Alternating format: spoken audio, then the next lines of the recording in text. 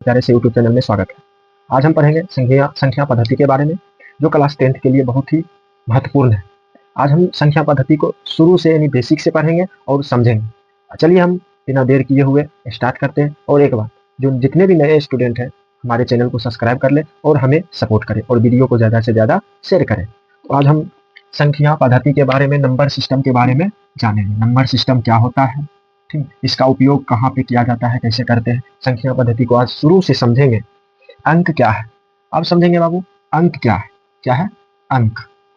अंक यानी डिजिट होता है, नंबर यानी डिजिट, ठीक है। तो अंक क्या है? अंक क्या है? अंक क्या है? तो जिससे जिससे संख्याओं का निर्माण होता है। अंक किसे कहते हैं? यानी अंक यानी डिजिट क्या है? जिससे संख्याओं का निर्माण होता है, उसे अंक कहते हैं। उसे क्या कहते हैं बाबू? अंक कहते हैं। जिससे संख्याओं का निर्माण होता है उसे अंक कहते हैं। तो अंक कहाँ से स्टार्ट होता है? तो कहाँ से होता है बाबू? तो जीरो से होता है। कहाँ से होता है? जीरो से। तो जीरो से कहाँ तक? जीरो से लेकर 9 तक, यानी 9 तक, बस 0 से 9 तक, यानी 0 1 2 3 4 5 6 7 8 9। और अंक इतना तक ही होता है। और इससे ही यही यही दसों से, यानी अंकों की कुल संख्या कितनी होती है? अंकों की कुल संख्या 10 होती है। यही 10 संख्या से हम बड़े बड़े अंकों का निर्माण करते हैं, संख्याओं का, बड़े बड़े संख्याओं का निर्माण करते हैं। क्या करते हैं बाबू? संख्याओं का बड़े बड़े। अब मान के चलिए हमको क्या लिखना है? 235, मतलब 253 ही लिख देते हैं, 253। तो हम इससे क्या लिए? एक अंक ये लिए और ये एक अंक ये लिए और फिर बाद में ये अंक लिए। इससे क्या हो गया? बड़े संख्याओं का, यानी संख्याओं का निर्माण हो गया है। ठीक, अंक से क्या होता है? जिससे संख्याओं का निर्माण होता है, जिससे संख्याओं का निर्माण होता है उसे अंक कहते हैं। मान चलो 270 लिखते हैं, 270। तो पहले हम 2 को लिए, फिर 7 का लिए और फिर 0 को लिए। इससे संख्या का निर्माण हो गया। 10 लिखते हैं, एक लिए और 0 लिए, कितना हो गया? 10, यानी 10 का निर्माण हो गया है। अब हम स्टार्ट करते हैं, दूसरा पे आते हैं, दूसरा नंबर पे आते हैं। संख्या क्या है? संख्या, जो संख्या भी बना वो क्या है? अंक से तो संख्या बनी। अब वो संख्या क्या है? अंक से क्या बनाया? अभी संख्या बनाया है, जिससे संख्याओं का निर्माण होता है। अब क्या संख्या है? तो अब संख्या क्या है? अब वो संख्या को समझेंगे पूरी अच्छी तरह से। तो संख्या एक गणितीय वस्तु है, ये तो जानते होंगे। संख्या क्या है? गणितीय वस्तु है, जो गणित के अंदर रहता है। गणितीय वस्तु है जिसका उपयोग गिनने, संख्या का उपयोग, जैसे रुपया गिनते हैं वो भी एक संख्या है, गिनती गिनते हैं वो भी क्या है? संख्या है। तो एक संख्या एक गणितीय वस्तु है जिसका उपयोग गिनने, मापने और लेबल करने के लिए किया जाता है, उसे संख्या कहते हैं। उसे क्या कहते हैं बाबू? संख्या कहते हैं। संख्या कहाँ से स्टार्ट करते हैं बाबू? एक से। कहाँ से? एक से। हमेशा संख्या कहाँ से स्टार्ट होता है? एक से। और कहाँ तक? तो अनंत तक, यानी इन्फिनिटिव, जिसका कोई अंत नहीं है, जिसका कोई अंत नहीं है, संख्या का कोई अंत नहीं है। इसीलिए हम यहाँ पे अनंत यानी इन्फिनिटिव लिखते हैं, या अनंत, संख्या का अंत नहीं होता है। अब तीसरा नंबर है, क्या है? तीसरा नंबर यानी प्राकृत संख्या क्या है? प्राकृत संख्या क्या है? प्राकृत संख्या को जानेंगे अभी। प्राकृत संख्या एक से शुरू होने वाली गिनती की संख्या को, एक से शुरू होने वाली, एक से शुरू होने वाली गिनती की संख्या को, गिनती की संख्या को प्राकृत संख्या कहते हैं। प्राकृत संख्या कहते हैं। एक से शुरू होने वाली गिनती की संख्या को प्राकृत संख्या कहते हैं। अच्छा है, दूसरा डिफिनीशन है, गिनती की संख्या को प्राकृत संख्या कहते हैं। ये बहुत छोटा है, ये भी याद हो जाएगा। एक से शुरू होने वाली गिनती कहाँ से शुरू होता है? तो एक से। तो एक से शुरू होने वाली गिनती की संख्या को प्राकृत संख्या कहते हैं, या गिनती की संख्या को प्राकृत संख्या कहते हैं।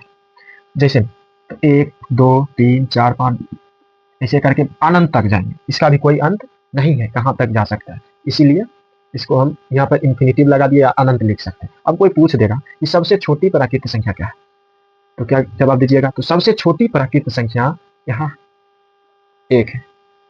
शुरू कहाँ से होता है? तो शुरू जहां से होगा ऑटोमेटिक है कि वही छोटा हो। तो क्या है ये? 1। तो सबसे छोटी प्राकृत संख्या क्या होगा बाबू? 1 होगा। अब कोई पूछ दे कि सबसे बड़ी प्राकृत संख्या क्या होगा, इसका तो हमको कोई पता नहीं कि कितना बड़ा हो सकता है। तो इसीलिए हम क्या कर सकते हैं, यहाँ पे इन्फिनिटिव या अनंत लगा सकते हैं, इसका कोई अंत नहीं होता है। अब देखिए 1 से लेकर n तक, 1 से कहां तक? n तक, सभी प्राकृत संख्या का योग, सभी प्राकृत संख्या का योग 1 से लेकर n तक पूछ रहा है कि सभी प्राकृत संख्या के योग बराबर फॉर्मूला क्या? इस फॉर्मूला से हम इसका योग निकाल सकते हैं। तो n इंटू एन प्लस 1/2, यही हो गया फार्मूला। अब देखिए चौथा नंबर पे है 1 से लेकर n तक सभी प्राकृत संख्या के वर्गों का योग पूछ रहा है।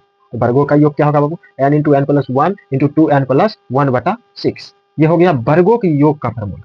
अब यहाँ है बाबू घनों का योग, घनों का योग 1 से लेकर n तक सभी प्राकृत संख्या के घनों का योग क्या होगा बाबू, n इंटू एन प्लस 1/2 का होल स्क्वायर, यही हो गया घनों के योग बराबर फार्मूला। इस पे क्वेश्चन भी देंगे आगे चल के। अब इस अगर नहीं लिखे हैं तो लिख सकते हैं या तो स्क्रीनशॉट कर सकते हैं, अगर समझ में नहीं आया है तो कमेंट करके हमें बताइए। लेकिन ये क्लास 10th के बच्चों के लिए बहुत ही जरूरी है और हमें सपोर्ट करें, ऐसे ही वीडियो आगे चल के हम कुछ कर सके आप लोग के लिए, हमें सपोर्ट कीजिए। ये अंक यहाँ से समझ गए, यहाँ से लेकर यहाँ तक किसी को कोई समझने में प्रॉब्लम हो तो हमें कमेंट करके जरूर बताइए। और हाँ, इसका PDF भी आप सभी को हमारे व्हाट्सएप ग्रुप में मिल जाएगा। आप अपना नंबर हमें कमेंट करके भेजें या पर्सनली नंबर पे हमें मैसेज करें, या इस नंबर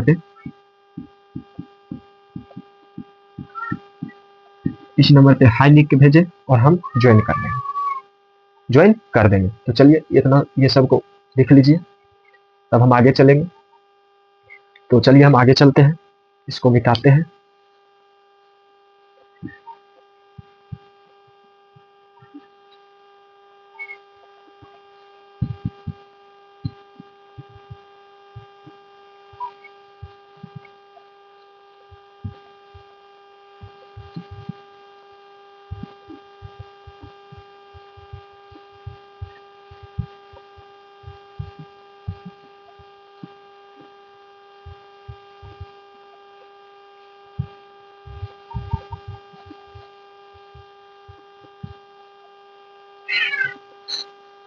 चलिए अब आगे चलते हैं।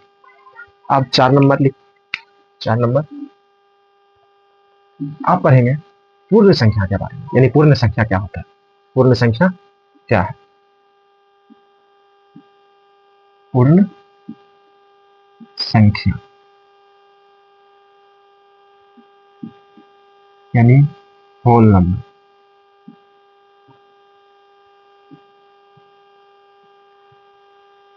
पूर्ण संख्या के बारे में जाने, इंग्लिश में क्या कहते हैं इसको बाबू, होल नंबर कहते हैं, होल नंबर कहते हैं। अब पूर्ण संख्या क्या होता है इसको आप जाने। पूर्ण मतलब होता है पूरा, कोई भी अंक नहीं छूटा हुआ।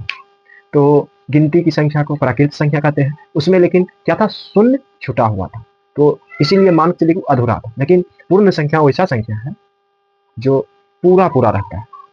तो शून्य से शुरू होने वाली गिनती की संख्या को पूर्ण संख्या कहते हैं, या गिनती की संख्या के परिवार में। मान चलिए गिनती की संख्या है 1 2 3 4 5 6 7 8 9 10। अभी क्या है, तो अभी प्राकृत संख्या, अभी क्या है, प्राकृत संख्या, नेचुरल नंबर है। अभी तक तो ये क्या है, 8 तक लीजिए, इंफिनिटिव यानी अनंत। अभी मान चलिए अभी क्या है, अभी प्राकृत संख्या, अभी प्राकृत संख्या है। अब इसको अगर हम गिनती की संख्या का परिवार है, यानी प्राकृत संख्या होता है तो अभी गिनती की संख्या का परिवार है, तो इसमें अगर हम शून्य शामिल कर दें तो ये पूर्ण संख्या बन जाएगा। ये क्या बन जाएगा बाबू, पूर्ण संख्या बन जाएगा। यहाँ तक किसी को समझने में कोई प्रॉब्लम नहीं। तो गिनती की संख्या के परिवार में शून्य को शामिल करने पर, गिनती की संख्या है ठीक, अब इसमें शून्य को शामिल कर देंगे तो यही क्या बन गया, हमारा पूर्ण संख्या बन गया। यहाँ तक समझने में किसी को कोई प्रॉब्लम नहीं होगा। चलिए अब आगे चलते हैं। अब क्या है बाबू, पूर्ण संख्या क्या है, तो शून्य से शुरू होने वाली, शून्य से शुरू होने वाली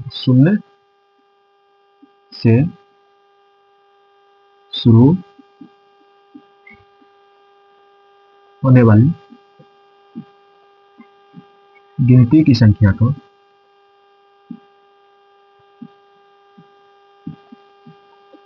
पूर्ण संख्या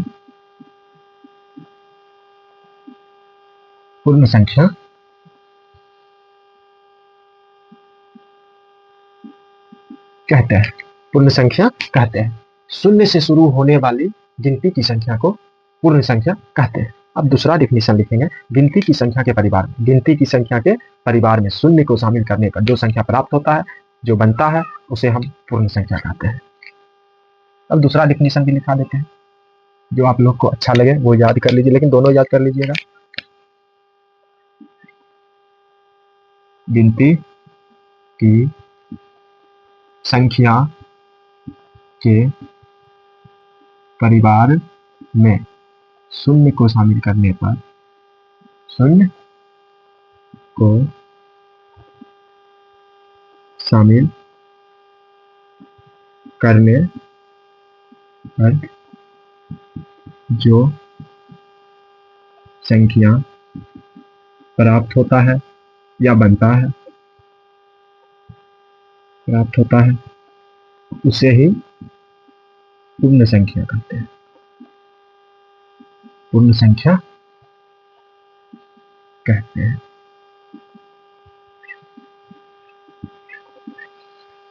हम देखिए, मान के चलिए, पहले एग्जांपल समझा देते हैं।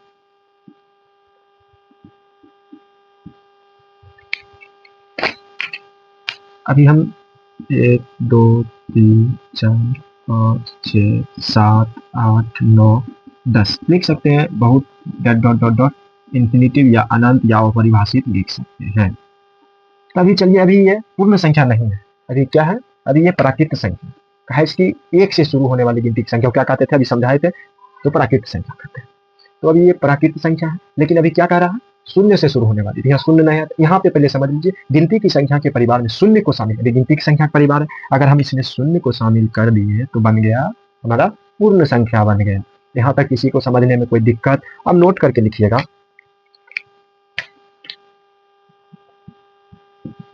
अब कोई पूछ दे कि सबसे छोटी सबसे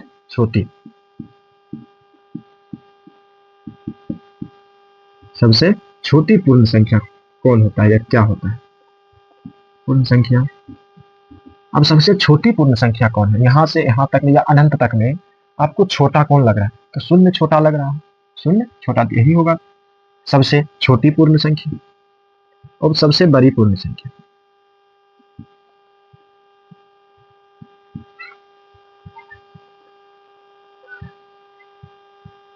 अब सबसे बड़ा तो बता नहीं सकते कितना बड़ा हो सकता है, इसीलिए हम यहाँ पे इंफिनिटिव या अनंत लिख सकते हैं, या और एक अपरिभाषित लिख सकते हैं। अब तीसरा नंबर, सभी प्राकृत संख्या पूर्ण संख्या होती है। अभी ही समझाए थे कि प्राकृत संख्या पूर्ण संख्या बन सकता है, शून्य को शामिल अगर हम कर दें तो पूर्ण संख्या बन सकता है, लेकिन सभी प्राकृत संख्या पूर्ण संख्या नहीं होती है। सभी प्राकृत संख्या पूर्ण संख्या होती है, सभी पूर्ण संख्या प्राकृत संख्या नहीं होती। सभी पूर्ण संख्या प्राकृत संख्या नहीं होती। यहाँ तक किसी को समझने में कोई दिक्कत नहीं है तो आगे चलते हैं। यहाँ तक किसी को समझने में कोई दिक्कत है तो पूछ सकते हैं कमेंट करके। चलिए, इसको आप उतार सकते हैं। अब इसको हम मिटाते हैं।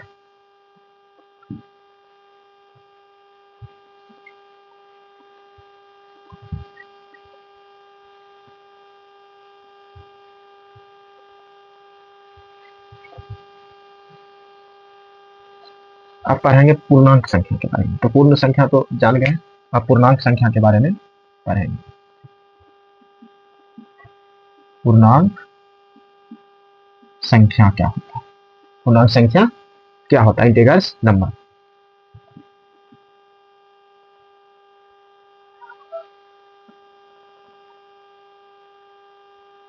इंटीजर्स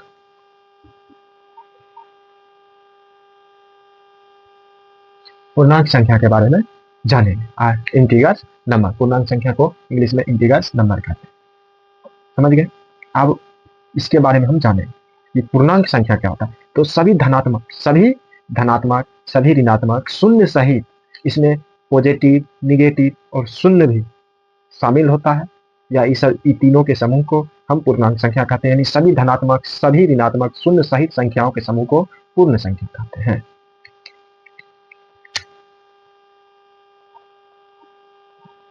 सभी धनात्मक, सभी ऋणात्मक, और शून्य सहित संख्याओं के शून्य सहित संख्याओं के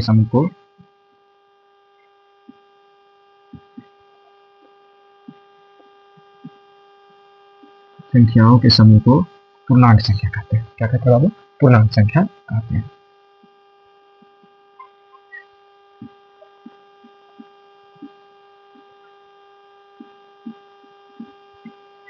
चलिए अब इसका एग्जांपल जानेंगे।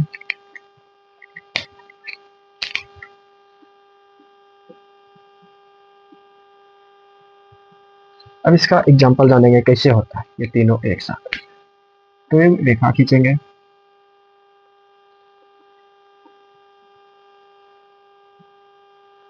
सीधा नहीं हुआ फिर भी ठीक ठाक ही। चलिए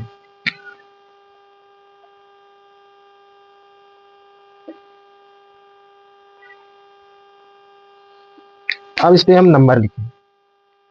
ठीक, तो इधर अभी लेफ्ट और राइट हो, यानी हम लिखेंगे इस साइड, समझ गए? इस साइड हम पॉजिटिव और इस साइड हम नेगेटिव लिखेंगे। ठीक, तो इधर क्या होगा बाबू? बड़ी पूर्णांक होगा। अब इसके पहले हम नंबर ही बता देते हैं। तो क्या होगा? इधर हम यहाँ पहले शून्य लिख देंगे।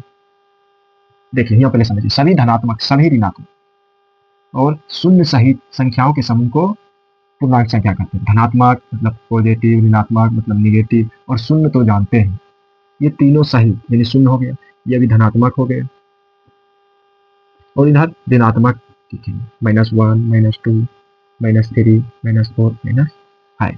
यहाँ तक तो हम लिख दिए। इधर बड़ा होगा या इधर, जिधर पॉजिटिव होगा, जिधर धन होगा वो बड़ा होगा। ये क्या हो गया? बड़ी पूर्णांक। तो क्या हो गया? बड़ी पूर्णांक हो गया। इधर क्या होगा? छोटी पूर्णांक। क्या होगा? छोटी पूर्णांक। किसी को समझने में कोई प्रॉब्लम है तो आप पूछ सकते हैं। ठीक, अब चलिए इधर लेके चलते हैं। यहाँ से इधर के साइड को क्या कहते हैं और यहाँ से इधर के साइड को क्या कहते हैं, इसको हम जानेंगे। इधर वाले को हम धनात्मक, इधर धन है तो धनात्मक पूर्णांक कहेंगे। क्या कहेंगे? धनात्मक पूर्णांक। और इधर को ऋणात्मक पूर्णांक कहेंगे।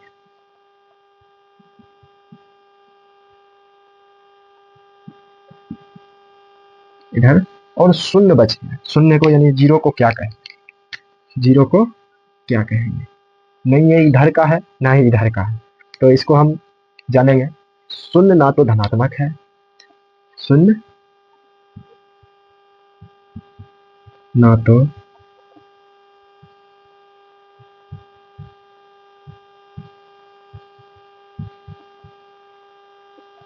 नहीं ना तो ऋणात्मक।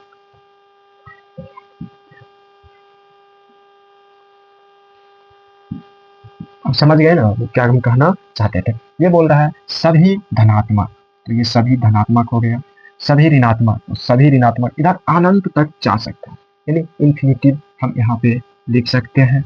इधर भी नेगेटिव और इधर पॉजिटिव।